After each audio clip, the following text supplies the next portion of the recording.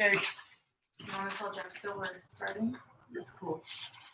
You're live. Hi. Welcome to SugarMynt Gallery, and with our discussion of Hocus Pocus with William Sandell, the production designer. Let's move this over a little bit. All right. That looks very cute. So we are here just to talk about Hocus Pocus and give you guys a little closer look at some of the making of. We have a lot of fun stuff. We're going to give you a little tour as well to show you some,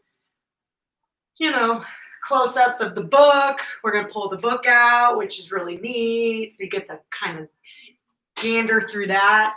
And some fun photos of Bet and storyboards, and we're just gonna talk.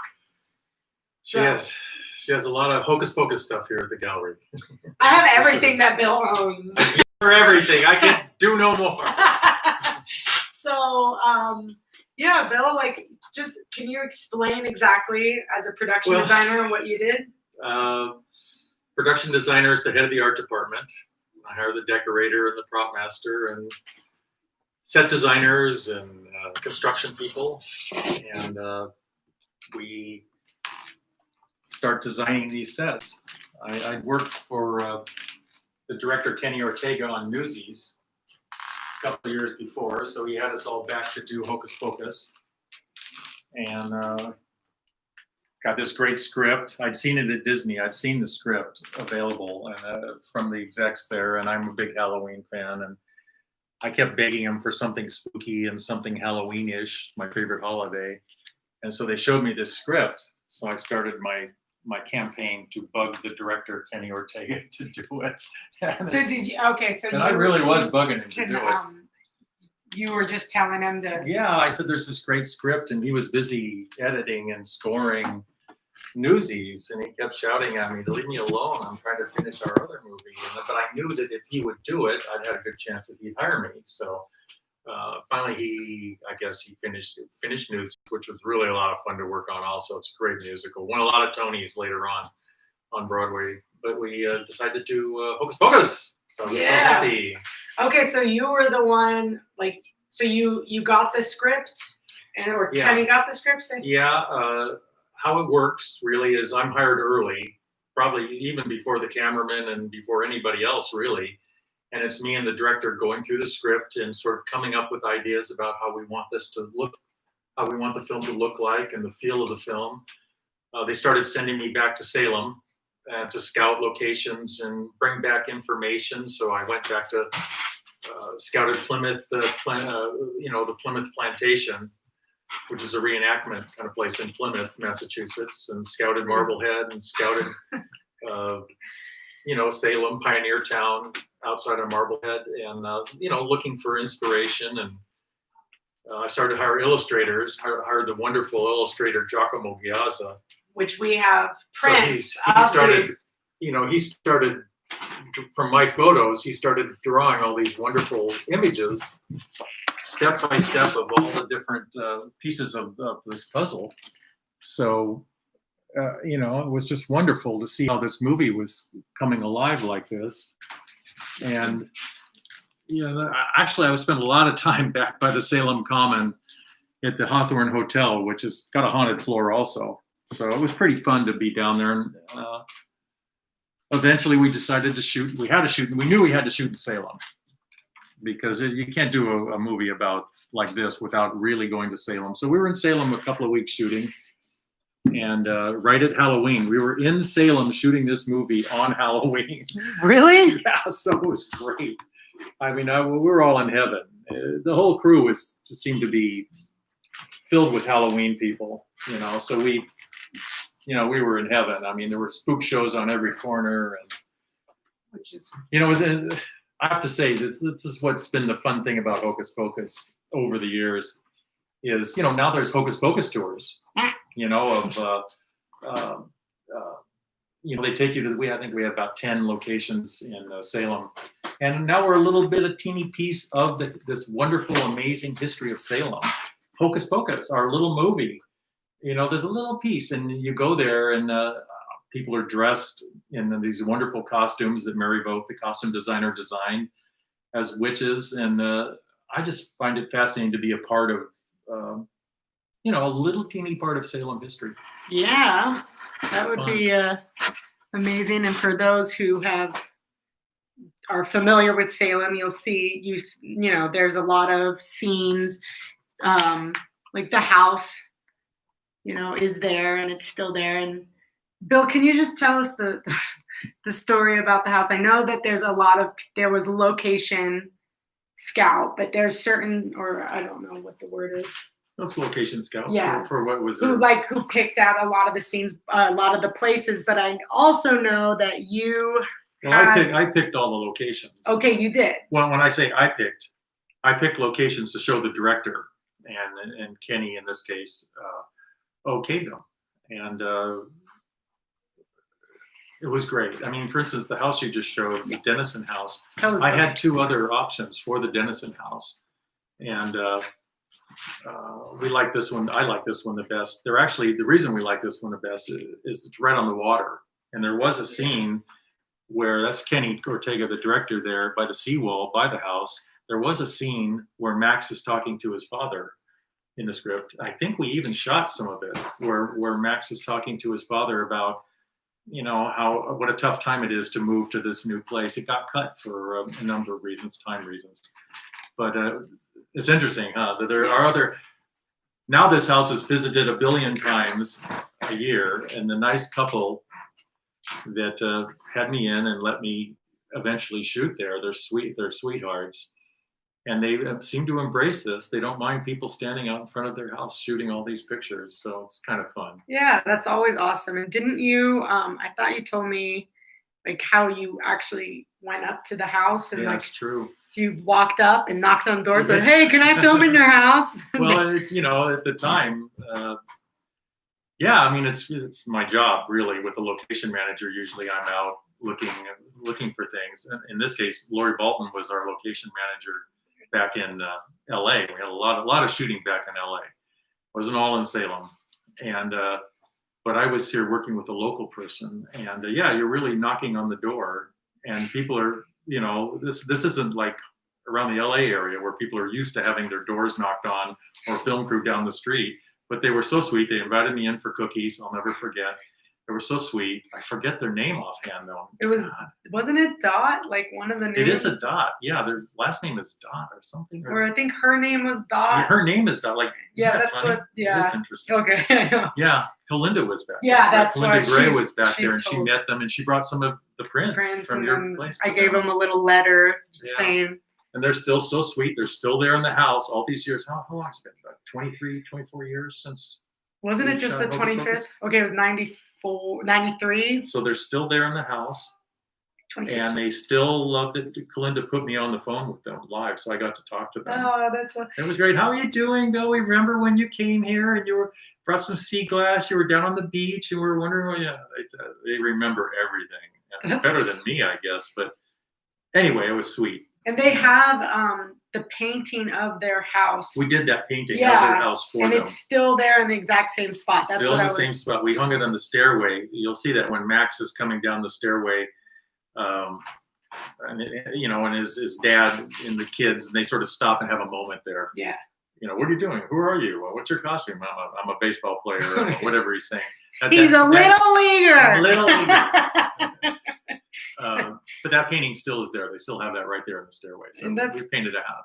I forget who did the painting. Somebody we contracted to do a beautiful painting. It's awesome. Yeah.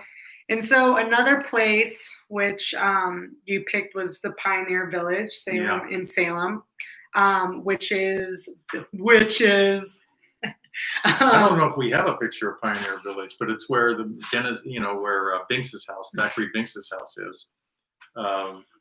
But this was really inspirational. Thackeray. This is Plymouth Plantation, and these are some of the prints. But what's fun is I was back there many times before we took the director and the producers back, and I would take pictures, without the Shino. That's There much we better. go. So this is the original. Now we do, if you go to sugarmynt.com, our website, and in our shop, we have like a Hocus Pocus section with all of these. These are the original concept drawings by Giacomo Giazza.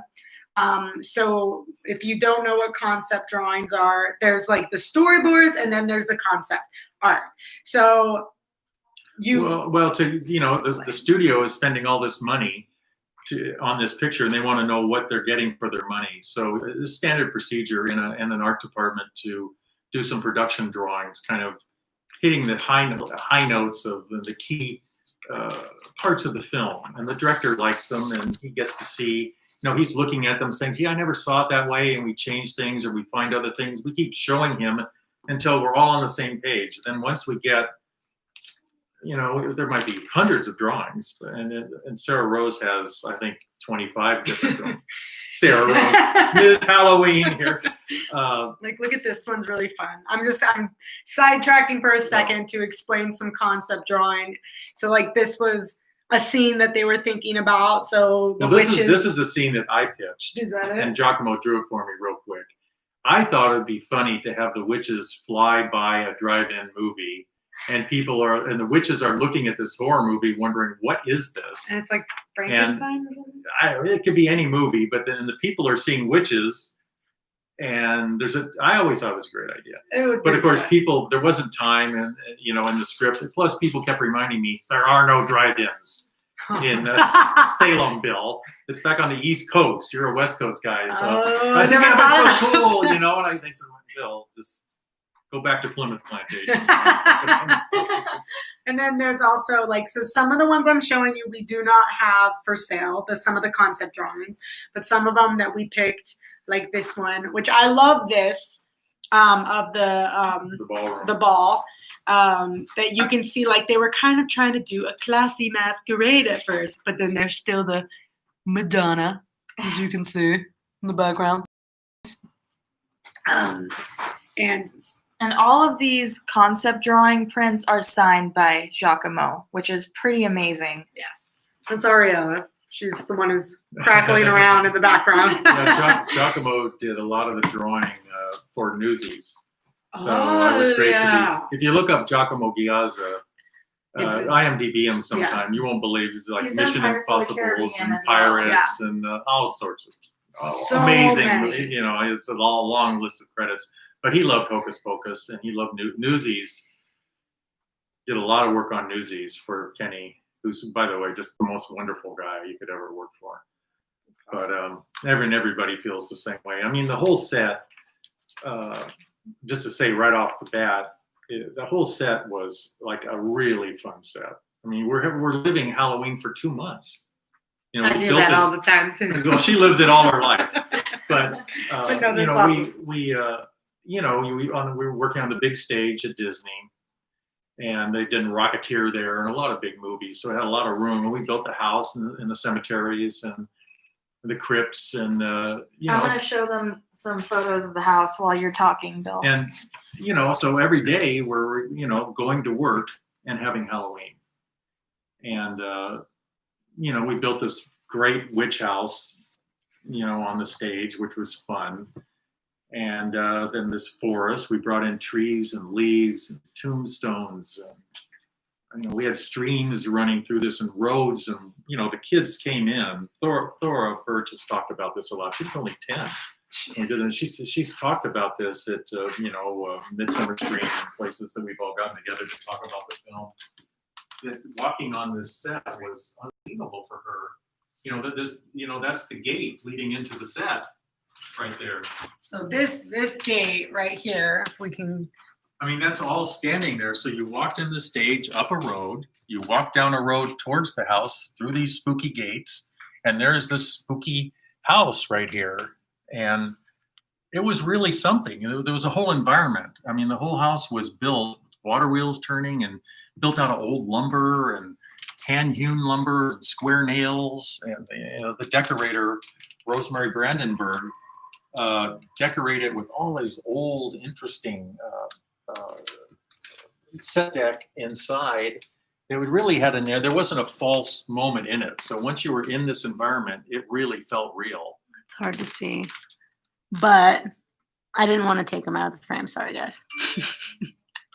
But what's awesome and like the shadow about these ones, this is like some of my favorite stuff. Okay, so right here, this one is really neat because it says the hanging tree, and it's an actual, like, okay, we know it says like the Sanderson Museum, but we didn't really realize when you watch the movie, they don't explain that much, that there's like, it says on here, if you can get a little closer, I don't know, but it says the Sanderson Witch Museum, open to visitors 10 a.m. to 4 p.m. Like Tuesday through Saturday. So it's like, oh, you try to be thorough. That's when so you're doing awesome. This, it had to all ring true. I mean, that was, Kenny and our hero Narita, our cinematographer, our wonderful cinematographer, they could shoot anywhere. It all looked real. And there look at wasn't the a false. S. Like, I couldn't believe that. I mean, yes, my name's Sarah, so I love S's, but Sanderson, right? So like that there's on the fence, so they walk by the wall and there's an S on it, like, which is like something I realize you see it for like a split second. Yeah, but it's in the all movie. got to be there. Look, if it's a proper set, it all has to be there. Let me see if I can see that white outfit. See that guy in the white? That's Billy Boy. Last looks before we shoot. The company was coming in the next day. Oh, really? Yeah, they were coming back from Massachusetts and they were coming to start shooting the set. So we were looking through the whole thing to make sure that we were ready for the company. And so before we go, we're not gonna give you book until the end. We'll let you look at them. But so this was what you were saying was last looks. Yeah. This is a good picture to show, SaraRose. Show this picture back there in here. This one. Yeah.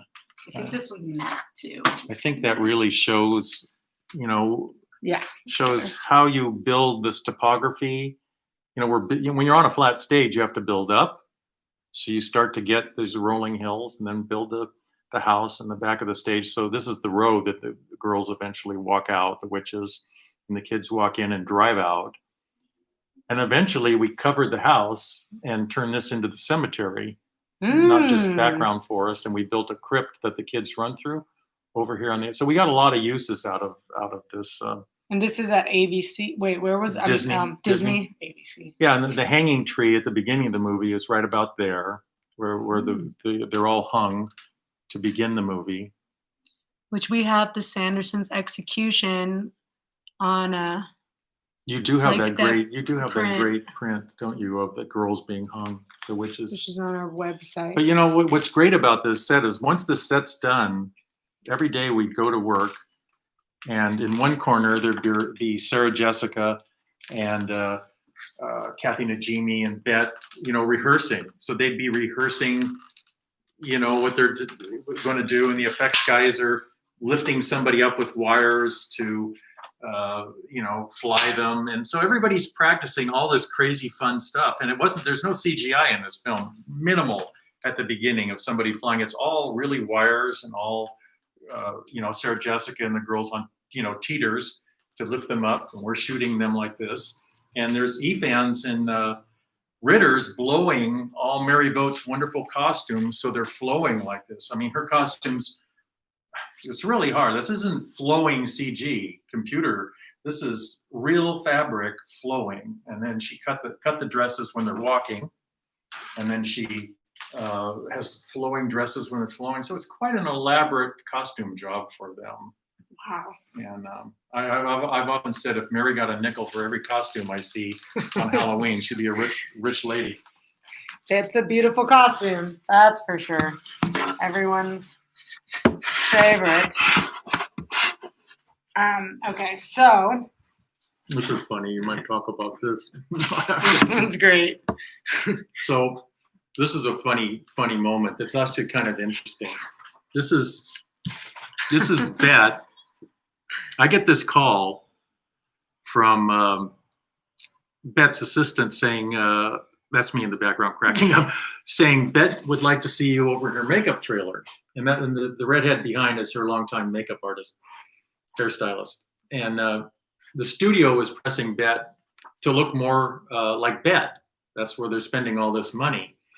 So she had Mary Vogt and myself down, and she was trying on different makeup. Bet wanted to play a witch. Studio wanted her to play Bette Midler. And she got her way, but she was trying on different eyebrows, different teeth, different makeup, and it was hysterical. She would do a different setup and then spin around in her chair and ask for an impression. We were laughing so hard. So there were a lot of different styles of how this. I think the studio and Bet reached an agreement, so she could play a witch, which she really wanted to.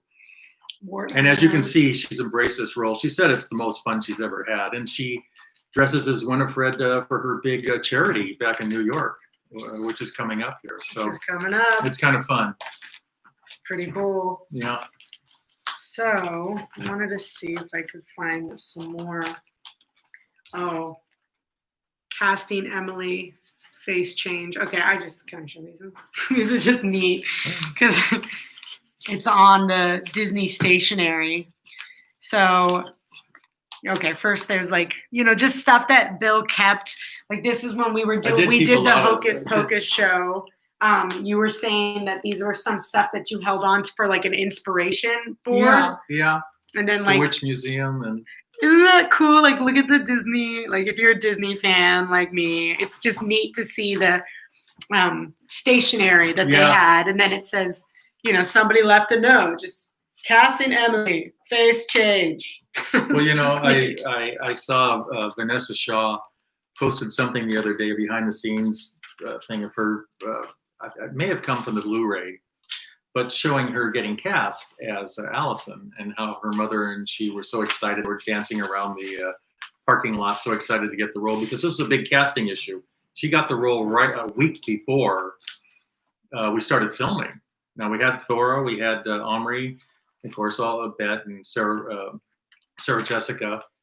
And so that's why, and I got on her Instagram account and mentioned this briefly, that's why a lot of these early storyboards don't have an accurate picture of what Vanessa Shaw looks like because we didn't know who was going to be there. Usually in the art department, we have pictures of Thora up and Omri and Bet and Sarah Jessica. So they can be drawn into all of this artwork that's the art department is generating, but not her. So sometimes she's a brunette, sometimes she looks like this because we didn't know. That one that's, there's one in here that shows her like a little bit more va-va-voom rather than, there it is. Let me just take it out.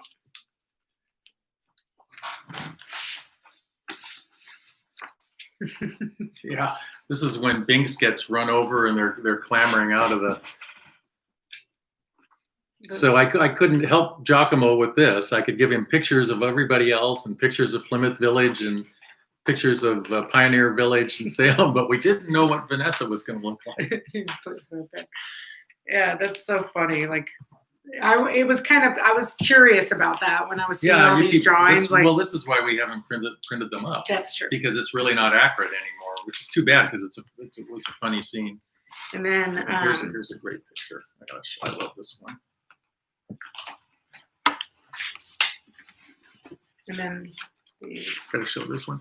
This is Kenny Ortega and Hiro Narito in Salem. Hiro Narito was the cinematographer. And Kenny, and they're sort of lining up a shot. I don't have too many pictures of all of them together, but he was just a wonderful cinematographer, and he shot a beautiful picture. It was a dream to work with somebody like that, because we can work so hard in the art department trying to make something look wonderful. And if it's lit wrong, it looks goofy. But Hiro lit it just wonderful, and he's the one that came up with the idea for these sort of extravagantly colored backings that I had painted behind the trees, behind the house. He said, let's make it magical. And of course, I went right with him on that. Yeah, that's what I thought that was really interesting when you told me that. You guys, so the very back of the set of where, let's just pull up the production photo really quick. Here's a good one. Here's one. Here's one to sort of show. Okay. So I mean, what? all those point- backings were Okay. colored backings behind. So behind there was just a colored. Whoops. Wrong movie. What a dramatic ringtone. This Harry Potter ringtone.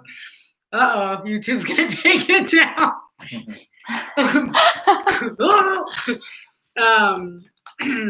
So it was colored backings, but when you say colored backings, that just means like did they We paint painted- a yes, wood? Like No, we painted. You work on muslin oh. backings, big fabric backings. 40 feet high by 100 feet long. So we made a magical environment here, and then Hero lit it. So when you look through the trees, that's why. And then we, use a little smoke for atmosphere in the background. Everything sort of falls off, and it's real spooky.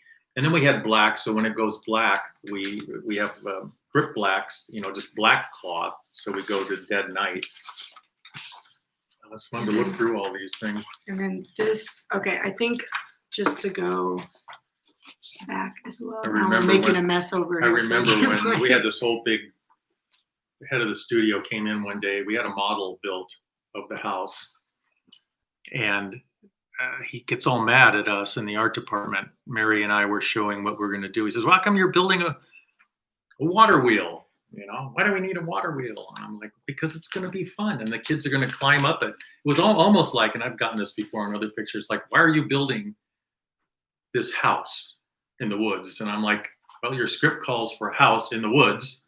But that's another story in the big art department. So in this one, now that you said that about the water wheel, okay, this is like a blueprint.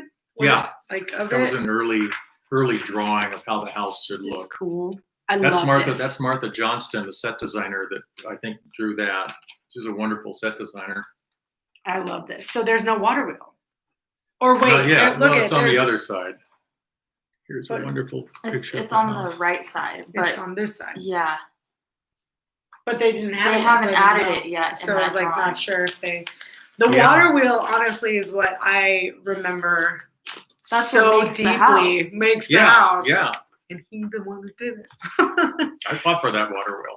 That's awesome. And that's like, yeah, what I'm like really remembered as a kid, more so than a lot of. Okay, so this is the hanging tree right there. Just so That it's is a shown. piece of the hanging tree. Yeah. Yeah.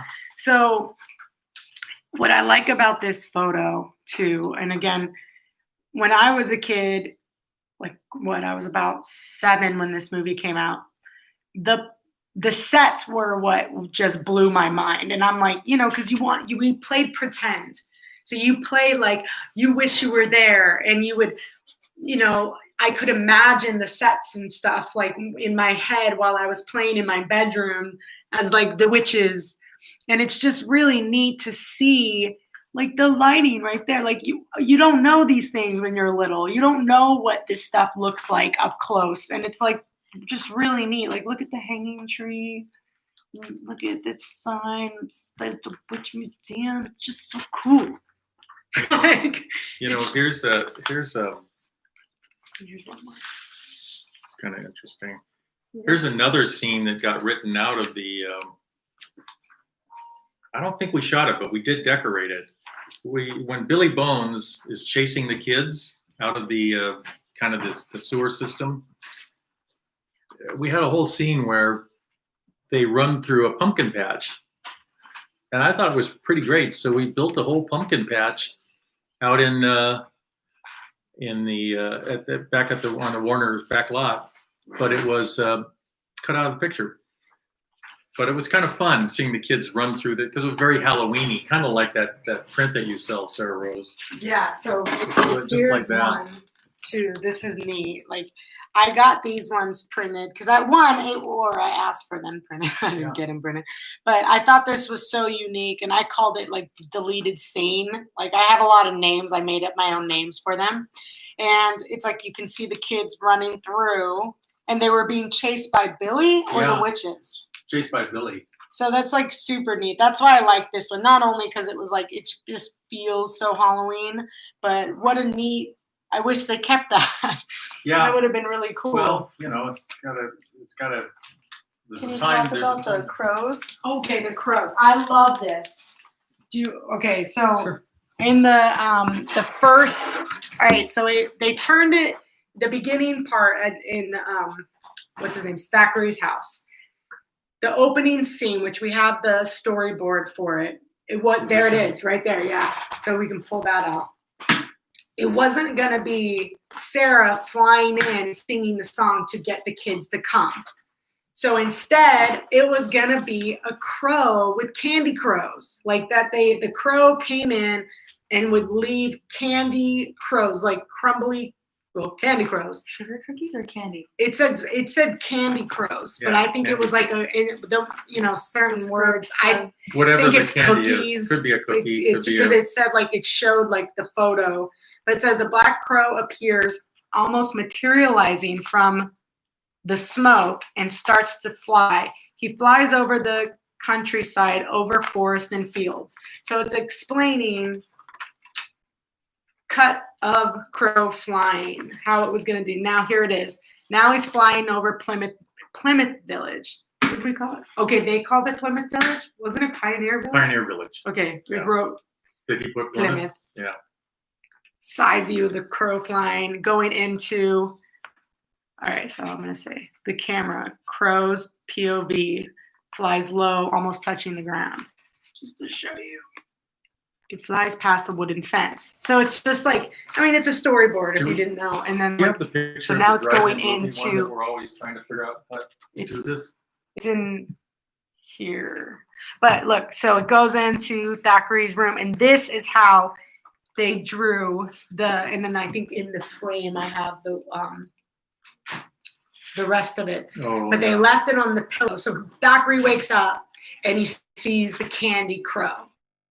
And that's what they eat, the candy, and that's what draws them in. That's what brings them over to the Sanderson house. So There's they kind put of this. a wide shot of her casting all the Oh, crows that's out. right. That's in here. That's in the drawing. So it's just look at that. Thackeray Biggs, age 15, wakes up from a bad dream. I love that line. Yeah. Thackeray.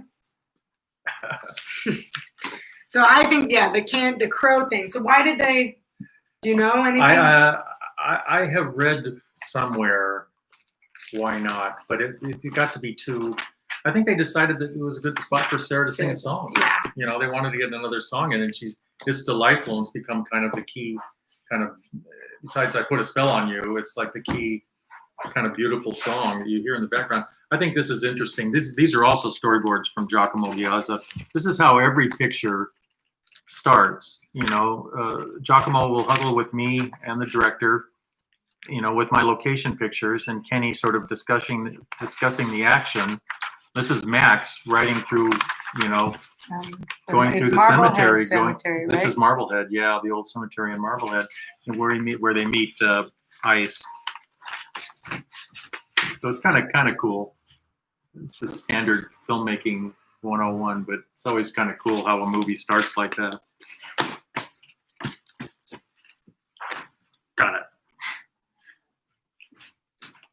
Yeah, so, the whole film crew moved to Salem, and we shot there. We tried to get the fall colors, which we were pretty lucky. And Well, here's the one that I showed them. oh the drive-in. no, where's the one with the witches with the Halloween store? Okay, well here's the Kind of a inside piece of that. scene. Yeah, It's a color one that's so pretty.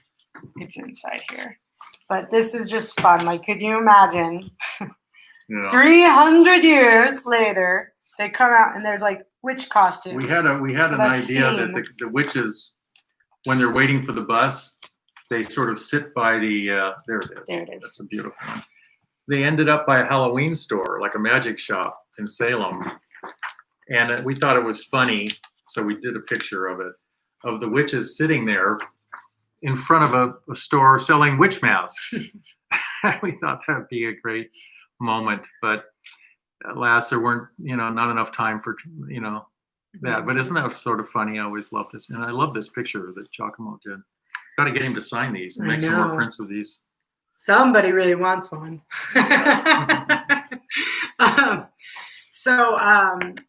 One thing too that I thought was interesting when I went to David Kirshner, who it's his. The producer, The his producer, story. it's all him. David, I think he was still president of Hanna-Barbera when he wrote this story for his daughters. Yeah. A little short story. And it sort of took years to eventually wind up as a feature film at Disney. But then, his friend Mick Garris wrote a first script of it, and then it was labored over. So David Kirshner is really probably the guiding, most wonderful light of this whole Hocus Pocus thing. He's a wonderful guy, and he's a magical guy, really, and he loves Halloween as much as you and I do, Sarah. Yeah. So when I got to go to his house, which was amazing, and he's a huge art collector on top of being a huge Halloween fan, and he has a room with life-size Billy and all this stuff, but he has the black flame candle, and he told me the story about it being because he made it, so he it was his design, but they didn't want to do close-ups of it because it was too ritualistic looking. So there was a lot of things that David wanted in the movie that made it a little bit more spooky, but Disney said no because they wanted it to be PG. Yeah. Let me turn my iPad off. They walked a real fine line, and I think they did it very well. And that's probably Kenny and the producers, because this was a darker story. I put a spell on you. And I put a spell on you. I mean, the lyrics were manipulated and changed. They were and now you're mine forever, and all your children are. Your children will be coming to me. Well, you posted something on your site. I think with the breakdown of the characters of each of those women. That's in here. Pretty fierce. So this was on I posted it a close up, but it's in the script. So it was. It's a cast breakdown of who these people are. So this is always illustrative for actresses and actors that you send the script out to. You're reading this is the type of character I want to play. That's just my script. Maybe a bill. I gotta relate this story because I think it's so wonderful that David Kirshner's mentioned, because it's so sweet and so wonderful.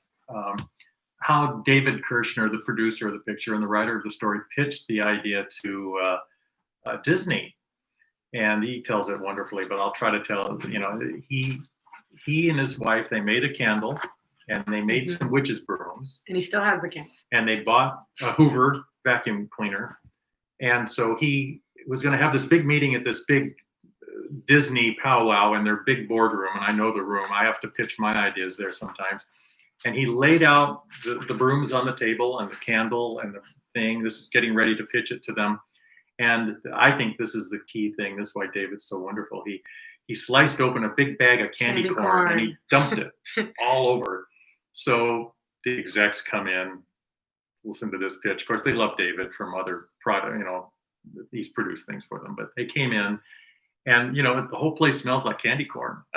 So they're like, this project feels right. It really feels like a good Halloween project. And what a great idea. Yeah, such a great idea. It's a selling point. Once you put candy corn, you put the orange leaves. I'm a big believer of smell-o-vision in my sets. I'm always bringing pines if there's supposed to be pine tree, you don't want it to smell like paint. Good story on that was, okay, so Bill's worked on, you've worked on so many movies, but you did, one story that I love is, I love Perfect Storm. Bill's a production designer. So I didn't know this, that if you've seen the movie, which if you haven't, you got to see it, but the bar. Yeah. That you built the inside of the bar and you told them the day before. Yeah. Well, we had a we always have a party. We built a huge set for we built the exterior in Gloucester up the coast from Boston. And we're there for a lot. So we built the exterior of the Crow's Nest, which is a famous bar that plays in the movie Perfect Storm. So I built a bigger version, more cinematic version exterior on a stage at Warner Brothers. So I drug in, we had a party and I asked everybody, spill beer, eat food, let's fry up the hamburgers, let's make this smell. So, everybody came in, a lot of the execs from Warner's hadn't seen the set yet. I drug in seaweed and I put it behind the walls.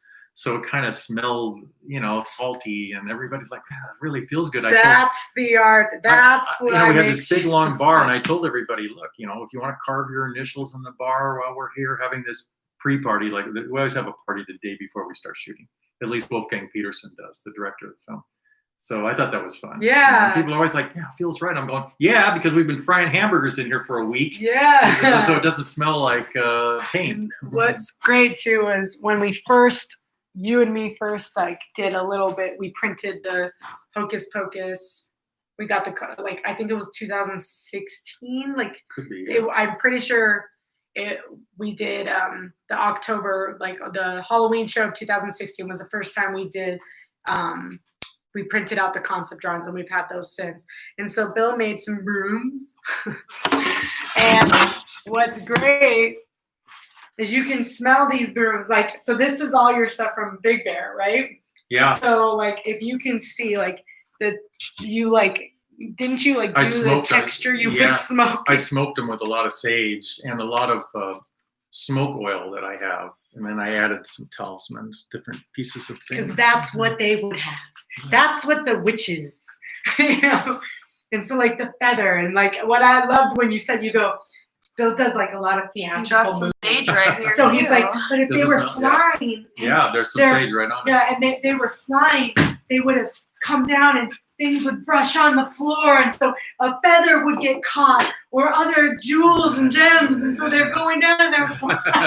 And it was like, it makes total sense. So it's like his brain really tells like what would actually happen. And whenever I build like sets and stuff here, like when I do designs, my thing that everyone who works with me now knows is, what would Bill do? Is like how my brain works now. Because if I'm trying to tell a story on something, I have to make it more cohesive. And whether or not other people, it makes it feel good for me to know that. Yes. Well, you know, people do notice it. Mm-hmm. Even if they don't know they noticed it, they notice it. If it smells right, if there's extra things, even though, I mean, I've had this conversation with producers for many years. They're always saying, well, I need to do this. I need to build this hallway. I need this extra money. And it's always money. They're going, oh, they're actors. They don't need all that. And I said, yeah, but it's hard to qualify how much better performance you'll get out of your actors if it feels real. If there's really a real hallway on the other side of the door, they don't open it up and there's some grip eating a sandwich. You know, let me do the whole thing so they get the experience. And I know actors appreciate it, directors do. And I know it's not all done differently now, you know, or you're acting in front of a green screen, particularly for all the action movies. I am a big Marvel fan, but I mean, it's a lot of green screen. I think it would be thankless to really work on those pictures now. So this was the kind of fun, old-fashioned filmmaking where you know, go to a stage and you make magic happen on the stage. You know, which is what makes that, you know, movie so it's a real special. labor of love, this picture. I mean, Kenny was so great, you know, with the kids. And there's a few YouTube videos I see once in a while that really take me back. And there goes your phone. And, you know, there's Kenny with the kids, and, you know, Doug Jones is Billy, and Betts on a broomstick. And I mean, you just couldn't, it's just too funny really to think about it. It was really a great experience. It's so cool. Yeah. And like, just to go back to like how they used to do things back in the day so this is Max Bikes Home sequence. And so it's a flip book. Like, so that, like, I'm the only one that ever did this. Yeah. I can guarantee you. But, like, how neat to give the sequence. Yeah, this is like what my assistant, Angie Neff, did for me. I said, Angie, I got to keep track of all these locations and what I'm doing. And you know so she made me these little cheat books. This is before, you know, iPhones, and, you know, I can't lug all these things around, and then I don't have a camera to reference or an iPad or anything. Like, so she'd make me these little books, and I keep them in my pocket. People go, how did you know what that? I said, I got my book right And like, now. and they're just so cool. And I love that, because when I'm going through it, and there's that one scene I was just seeing right now, where I know, like, you know, that's where That's Max on the Salem sees, column. yeah, where like Max crews up to, he meets Allison. and she gives him back his number. That's my favorite. You know, that's, people ask me sometimes what my favorite scene is, and it's really pretty much that scene. It's so pretty, you know, and she's beautiful in her little red riding Red Riding Hood, yeah. thing, and he's so cool, and he rides up on his bike, and and we're in the Salem Common, and we're sort of looking, and all those fall leaves are falling around the kids. It's very romantic, and she's like so cool, and she walks away and hands him the phone number. It's just great. I was so confused when I was little on what was happening. Like the then I interchange realized, of a number, like she gave him back his number, the same number. Like yeah, right. Barrett. I He was doesn't like, believe in Halloween. I was like Yeah. so confused when I was little. I mean that's my favorite. And then I think it's Max and his sister, in front of the Ropes Mansion in Salem with all the straw bales and all the pumpkins, and they're kind of having a fight, and she's saying like, "Get over it, Max. We're living here now. We have to live here." And it's such a tender moment between a brother and his little sister. And then he goes, "Look up there. What's that?" Yeah. And I always look up, and she says, "Oh, gotcha." And they laugh, and then they turn around and they look at the mansion, and they go, rich people, probably going to give us cider. And then they go in, and sure enough, they're, and then it's so beautiful inside. And where was it shot? We shot that here, I didn't. right up yeah. the street from where you are here, not too far at the, God, what's the name of the mansion? The one it's like in It's in Altadena. Altadena, yeah. That interior is shot there. We shot the exterior there in Salem, and the interior there, and decorated. I love the way that whole thing is shot with that beautiful, and in the entrance there with that beautiful, all the candy and the punch. And then Allison is at the top on the landing, and she comes down, and she's in that great costume. And then you see all her parents in the background, through the sliding pocket doors, having the grown-up party, and they decide to escape. Yeah. I think it's a great scene. And then to say a few locations, so the one in Whittier is that one street. Yeah, they have a This is a cool historical old town in Whittier I still haven't been with a to big that. gazebo in the center, and there's a lot of turn of the century, like 1910 homes, and they're all pretty cute, and they're very similar to what we saw in Marblehead. Not quite as old, but the architecture is the same. So we were back here, and we had to decorate a number of Halloween scenes, like the Gary Marshall house with Penny Marshall, and where the witches go in and they meet their master. That's all shot in Whittier, and we decorated a couple of California. streets in California here. Decorated a couple streets like Halloween. What was funny to me, This that's is probably the what you best. think I always think is so funny, was when we went down there to decorate this, Rosemary and I, and the props and everything, it was almost Christmas. It was late November when we shot these scenes.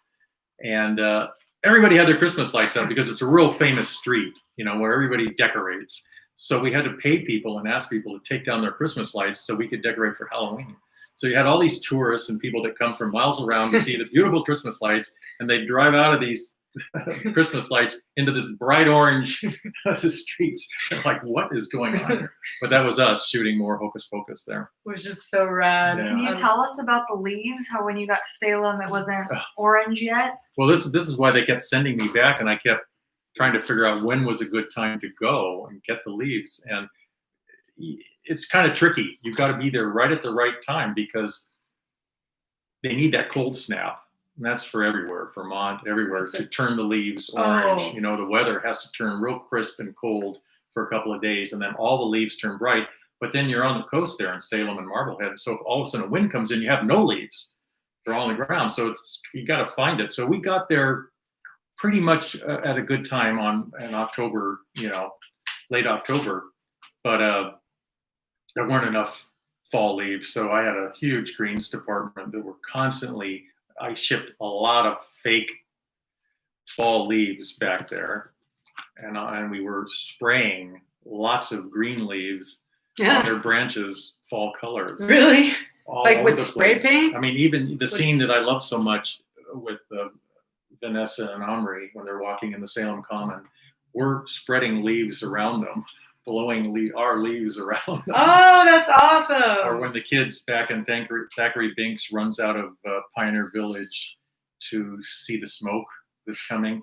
If you look closely, we added a lot of orange leaves to what hadn't turned yet. So you'll see this little pockets of leaves that we put up there to sort of keep it fallish. And so this is just, this was in Pioneer Village, right? Yeah, And the if fields outside. So if you don't know, this one scene in the opening sequence, when you hear him go, he looks out, when Thackeray looks out, and he goes, Emily! That's when it says production designer William Sandell. The job that no one knows what I do. No one knows, but You know, who is that credit at the beginning of the picture? when you know, Yeah. you're like, oh shoot, It's everything. a fun job to have. Everything. So to wrap this up, Does now anybody have questions you want to ask? no one has. Oh yeah, if anyone has questions, you can. But to wrap this up, let's bring out book. Oh yeah. I know. The I was book. about to say, all right, we're done. So I'm gonna pull. We're gonna pull this big boy out and bring him over to you. Okay. All right. Dun, dun, dun, dun, dun, dun. Ooh. So SaraRose keeps this here at the gallery a number of times during the year. This is the book. There aren't too many left around. I think there's one in Orlando at Disney, and this is mine. Now this was a stand-in book and a background book. You'll see this book running around in the background. This one doesn't have an eyeball that's working, but you know, you'll see not Thackeray, you'll see Max holding it when the kids are running through the forest. With the light, with the lighter as well. Yeah, and they're holding up.